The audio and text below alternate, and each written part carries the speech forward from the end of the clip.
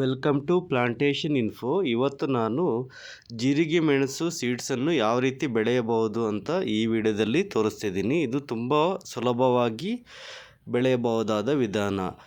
ಮೆಣಸನ್ನು ಕ್ರಷ್ ಮಾಡಿ ಸೀಡ್ಸನ್ನು ಸಪ್ರೇಟ್ ಮಾಡಬೇಕು. ನೋಡಿ, ಈ ವಿಡಿಯೋದಲ್ಲಿ ತೋರಿಸ್ತಿರೋ ಹಾಗೆ ಸೀಡ್ಸನ್ನು ಸಪ್ರೇಟ್ ಮಾಡಿದ ಮೇಲೆ ಆ ಸೀಡ್ಸ್ ಜೊತೆಗೆ ಸ್ವಲ್ಪ ಮರಳನ್ನು ಮಿಕ್ಸ್ ಮಾಡಬೇಕು. ಯಾಕೆಂದರೆ ನಾವು ಆಗ ಸೀಡ್ಸ್ ಸೋ ಮಾಡೋದು ತುಂಬ ಸುಲಭ ಆಗುತ್ತೆ. ಯಾಕೆಂದರೆ ಮರಳು ಮಿಕ್ಸ್ ಮಾಡಿದಾಗ ನಾವು ಟ್ರೇಯಲ್ಲಿ ಒಂದೊಂದು ಪಿಂಚ್ ಸೀಡ್ಸನ್ನು ಹಾಕಿದರೆ ಅದೆಲ್ಲ ಮರಳು ಮಿಕ್ಸ್ ಆಗಿರೋದ್ರಿಂದ ತುಂಬ ಸೀಡ್ಸ್ ಒಂದೊಂದು ಟ್ರೇಗೆ ಹೋಗೋದಿಲ್ಲ.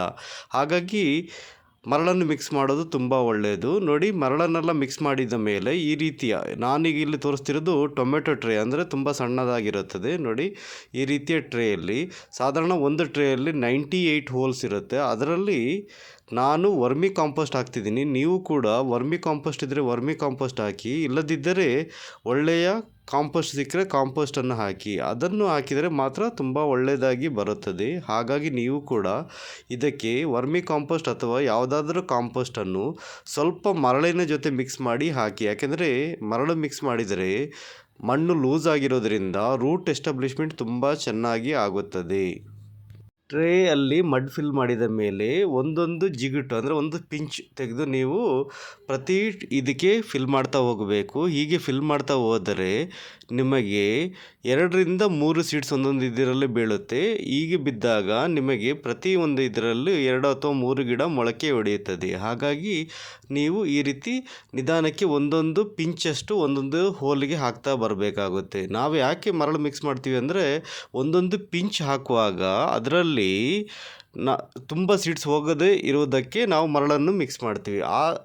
ಆ ರೀತಿ ಹಾಕಿದ ಮೇಲೆ ಅದರ ಮೇಲೆ ತೆಳುವಾಗಿ ಮಣ್ಣನ್ನು ಹರಡಬೇಕು. ಮಣ್ಣಂದರೆ ಕಾಂಪೋಸ್ಟ್ ಆದರೆ ಕಾಂಪೋಸ್ಟನ್ನು ಹಾಕಿ, ವರ್ಮಿ ಕಾಂಪೋಸ್ಟ್ ಇದ್ದರೆ ವರ್ಮಿ ಕಾಂಪೋಸ್ಟನ್ನು ಹಾಕಿ. ಈ ರೀತಿ ಮಣ್ಣನ್ನು ಹಾಕಿದ ಮೇಲೆ ತೆಳುವಾಗಿ ಭತ್ತದ ಹುಲ್ಲನ್ನು ಹರಡಿಸಬೇಕು. ಭತ್ತದ ಹುಲ್ಲು ಯಾಕೆ ಹರಡಿಸ್ತೀವಿ ಅಂದರೆ, ನಾವು ವಾಟ್ರಿಂಗ್ ಮಾಡುವಾಗ ಸೀಡ್ಸ್ ಡ್ಯಾಮೇಜ್ ಆಗದೇ ಇರಲಿ ಅಂತೇಳಿ, ಹಾಗೂ ಮಾಯಿಶ್ಚರನ್ನು ಹೋಲ್ಡ್ ಮಾಡಿ ಇಡುವುದಕ್ಕೆ ಸಹಾಯವಾಗುತ್ತದೆ. 10ನೇ ದಿನದಲ್ಲಿ ಭತ್ತದ ಹುಲ್ಲನ್ನು ತೆಗೆಯಬೇಕು. ಆಗ ಸಣ್ಣ ಸಣ್ಣ ಮೊಳಕೆ ಬಂದಿರುತ್ತದೆ. ಹಾಗೂ ಈ ರೀತಿಯ ಮೊಳಕೆಗಳನ್ನು ನೆರಳಿನಲ್ಲಿ ಸುಮಾರು 45 ದಿನಗಳವರೆಗೆ ಇಡಬೇಕು. ನಾವು ನೆರಳಿನಲ್ಲಿ ಇಡುವಾಗ ದಿನಕ್ಕೆ 2 ಸಲ ವಾಟ್ರಿಂಗ್ ಮಾಡಬೇಕು. ಮಾಯಿಶ್ಚರ್ ಲೆವೆಲ್ ನೋಡಿಕೊಂಡು, ತುಂಬ ಮಾಯಿಶ್ಚರ್ ಇದ್ದರೆ ದಿನಕ್ಕೆ ಒಮ್ಮೆ ವಾಟ್ರಿಂಗ್ ಮಾಡಿ ಅಥವಾ 2 ಸಲ ಮಾಡಬೇಕು. ಈ ರೀತಿ ನೆರಳಿನಲ್ಲಿ 45 ದಿನ ಇಟ್ಟು ನಾವು ಇದನ್ನು ಬೆಳೆಸಬೇಕು.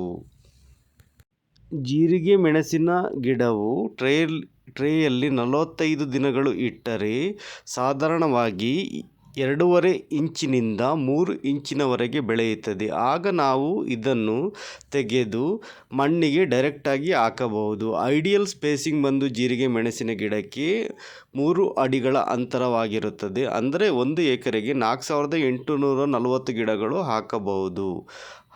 ನಾವು 45 ದಿನಗಳ ನಂತರ ಇದನ್ನು ಡೈರೆಕ್ಟಾಗಿ ಮಣ್ಣಿಗೆ ಹಾಕಬಹುದು. ಹಾಗೂ ಈ ಗಿಡವು 3ನೇ ತಿಂಗಳಿನಿಂದ ಇಳುವರಿ ಕೊಡಲು ಶುರು ಮಾಡುತ್ತದೆ. ಸಾಧಾರಣವಾಗಿ ಒಂದು ಗಿಡದಿಂದ 500 ಗ್ರಾಂನಷ್ಟು ಒಣಮೆಣಸನ್ನು ಪಡೆಯಬಹುದು. ಅಂದರೆ 1 ಎಕರೆಗೆ ಅಂದಾಜು 2000 kgಯಷ್ಟು ಪಡೆಯಬಹುದು. ಇದು ಒಂದು ಉತ್ತಮ ಆದಾಯ ಕೊಡುವ ಗಿಡವಾಗಿದೆ. ಇದನ್ನು ನೀವು ಮಿಶ್ರ ಬೆಳೆಯಾಗಿ ಅಡಿಕೆ ಮಧ್ಯೆ ಅಥವಾ ಬೇರೆ ಗಿಡಗಳ ಮಧ್ಯೆ ಕೂಡ ಸುಲಭವಾಗಿ ಬೆಳೆಯಬಹುದು.